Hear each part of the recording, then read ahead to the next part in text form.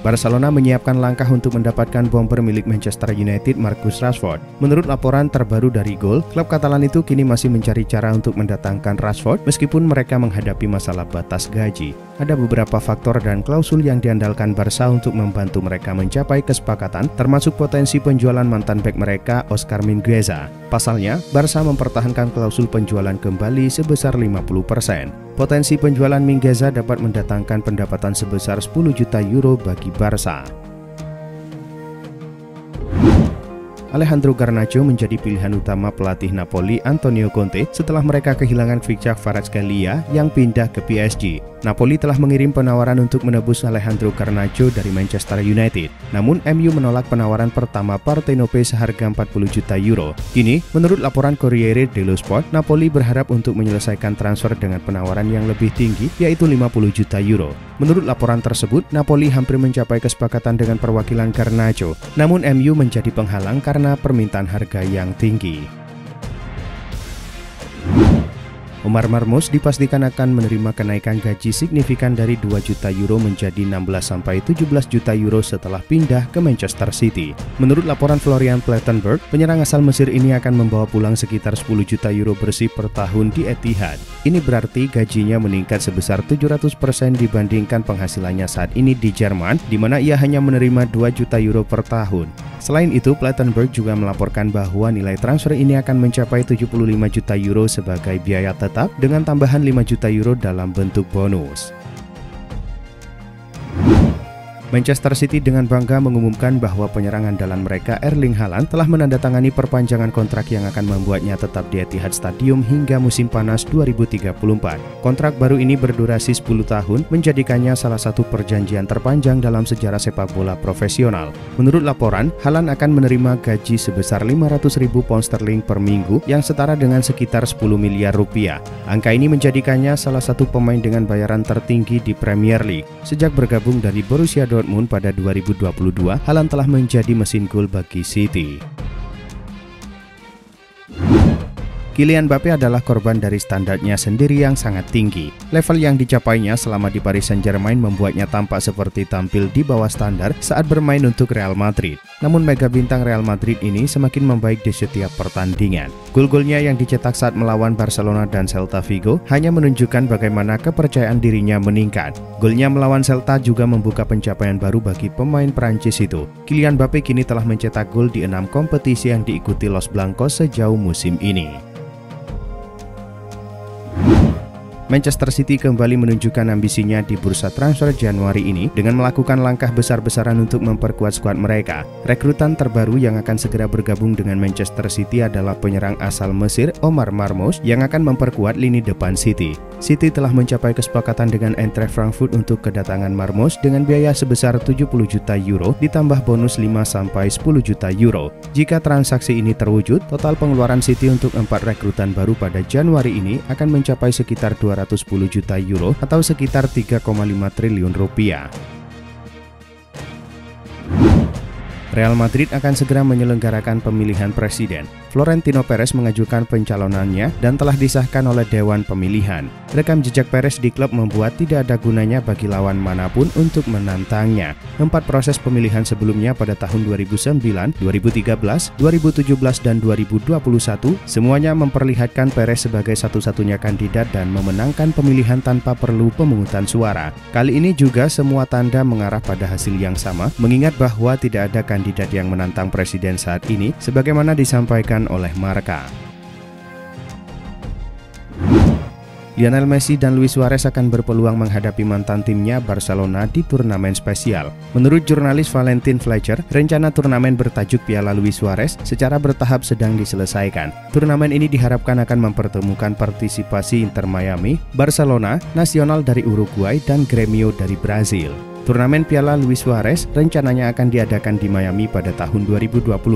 Barcelona telah memberitahu pihak penyelenggara bahwa mereka akan hadir di Miami. Namun mereka belum mengonfirmasi secara resmi keikutsertaannya karena ini baru tahap komunikasi awal.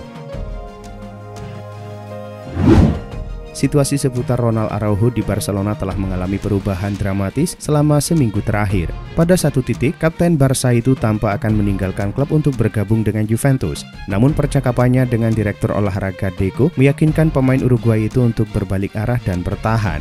Kini El Chiringuito melaporkan bahwa Araujo dan Barcelona telah mencapai kesepakatan total atas perpanjangan kontraknya. Dengan kesepakatan penuh yang telah dicapai, bek tengah berusia 25 tahun itu akan menandatangani kontrak baru dengan Blaugrana pada minggu depan. Menurut laporan jurnalis Sky Sport Germany Patrick Berger, AC Milan dilaporkan tertarik mengamankan Giovanni Reina dari Borussia Dortmund. Ada laporan yang menyebut Rossoneri sudah melakukan kontak dengan agen dari sang pemain baru-baru ini. Walaupun sudah membuka komunikasi dengan agennya, Milan belum membuka komunikasi langsung dengan Dortmund terkait potensi transfer yang akan terjadi. Sejauh ini belum ada konfirmasi bagaimana kesepakatan akan terjadi, apakah ia akan dipinjamkan dalam waktu dekat atau tidak. Saat ini ia masih terikat kontrak hingga Juni 2026 mendatang. Manchester United dilaporkan ingin mencari bek kiri baru. Mereka disebut akan mendatangkan amunisi di pos tersebut entah pada musim dingin ini atau musim panas 2025 mendatang. Beberapa nama telah dikaitkan dengan setan merah termasuk Nuno Mendes. Namun kini ada kabar baru terkait usaha Manchester United mendatangkan bek kiri anyar. Ruben Amorim disebut tidak memprioritaskan perekrutan Nuno Mendes. Dilansir Cult Offside, kabarnya Amorim memprioritaskan perekrutan bek Wolverhampton Ryan Aït-Nouri. Laporan itu menyebut bahwa transfer Aït-Nouri ke Manchester United pada Januari ini bisa saja terjadi. Erling Haaland memastikan masa depannya di Manchester City setelah menaikkan kontrak baru berdurasi 10 tahun. Itu artinya Haaland akan bertahan di City sampai 2034 saat berusia 34 tahun. Hal ini sekaligus menyudahi spekulasi masa depan Haaland yang sempat diisukan akan dibeli Real Madrid atau Barcelona, mengingat ada klausul penjualan di kontrak lamanya. Untuk satu dekade ke depan, Haaland menerima 500.000 pound sterling atau sekitar 10 miliar rupiah per pekannya. Jika dirinci, jumlah itu setara dengan 16.500 rupiah per detiknya. Setiap harinya, Haaland akan menerima bayaran 1,4 miliar rupiah. AC Milan dikabarkan semakin dekat dengan Kyle Walker. Melansir dari Daily Mail, Milan memasuki tahap akhir negosiasi dengan Walker yang ingin cabut dari City di bursa transfer Januari ini. Kesepakatan kabarnya sudah tercapai. Milan disebut akan menawarkan kontrak 2,5 tahun atau sampai 2027 untuk bek 34 tahun itu. Kedua belah pihak tinggal menunggu lampu hijau dari City selaku klub pemiliknya. Walker sebelumnya disebut ingin cabut dari City. Setelah hampir 8 tahun, pemain Inggris itu disebut ingin mencari tantangan baru. Bersama Manchester City, Kyle Walker menjadi pemain vital di bawah arahan manajer Pep Guardiola. Juventus dikabarkan telah memfokuskan perhatian mereka pada Fikayo Tomori dari AC Milan untuk mengisi pos bek tengah. Menurut kabar dari jurnalis Sport Italia Alfredo Pedula, Tomori adalah incaran utama Juve lantaran David Hanko hanya diperbolehkan meninggalkan Feyenoord pada musim panas. Menurut laporan tersebut, Juve berencana meminjam Tomori dengan mahar 5 juta euro di awal dan kewajiban untuk dibeli seharga 25 juta euro. Namun demikian, perekrutan Tomori sama sekali tidak akan mudah karena pelatih AC Milan Sergio Conceição tidak merestuinya. Masa depan Alejandro Garnacho memang sedang menjadi perbincangan hangat dalam beberapa pekan terakhir. Sebab Manchester United dikabarkan siap melepas Garnacho pada bursa transfer musim dingin ini jika ada klub yang memberikan tawaran tinggi untuk sang pemain. Kabar rencana United melepas Garnacho pun coba dimanfaatkan sejumlah klub top di Eropa termasuk Napoli. Hanya saja langkah Napoli untuk menggait Garnacho tidaklah mudah. Sebab menurut laporan Sky Sport, Napoli kini harus bersaing dengan Chelsea yang juga tertarik untuk mendatangkan Garnacho. Liverpool berhasil memetik kemenangan dramatis atas Brentford dalam laga lanjutan Liga Inggris. Bermain di Gtech Community Stadium Sabtu malam waktu Indonesia Barat, Liverpool menang dengan skor 2-0. Meski tampil dominan sejak awal, Liverpool kesulitan memecah kebuntuan. Peluang demi peluang tercipta, namun kokohnya pertahanan Brentford membuat Liverpool frustasi. Momen penentu akhirnya tiba di penghujung laga. Gol pertama Darwin Núñez tercipta pada menit 90+1. Tak berselang lama, Núñez menggandakan keunggulan Liverpool pada menit ke-90+3.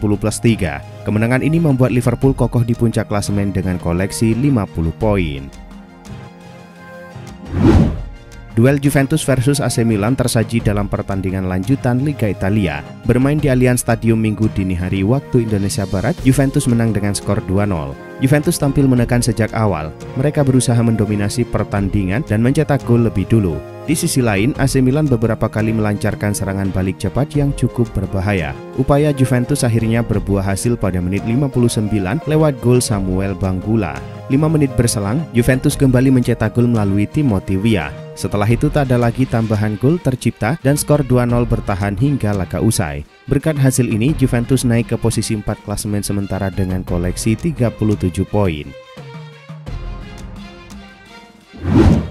Arsenal meladeni Aston Villa di Emirates Stadium dalam duel lanjutan Premier League 2024-2025. Bermain di hadapan pendukung sendiri, skuad Mikel Arteta tampil cukup apik dan unggul 2 gol lebih dulu lewat aksi Gabriel Martinelli di menit 35 dan Kai Havertz pada menit 55. Namun Aston Villa bisa membalas lewat gol-gol yang dicetak Youri Tielemans di menit 60 dan Oli Watkins pada menit 68. Hasil imbang ini tak cukup bagus bagi Arsenal yang kini tertinggal 6 poin dari Liverpool di klasemen sementara Liga Inggris. Mereka kini mengoleksi 44 poin dan berada di posisi 2 klasemen.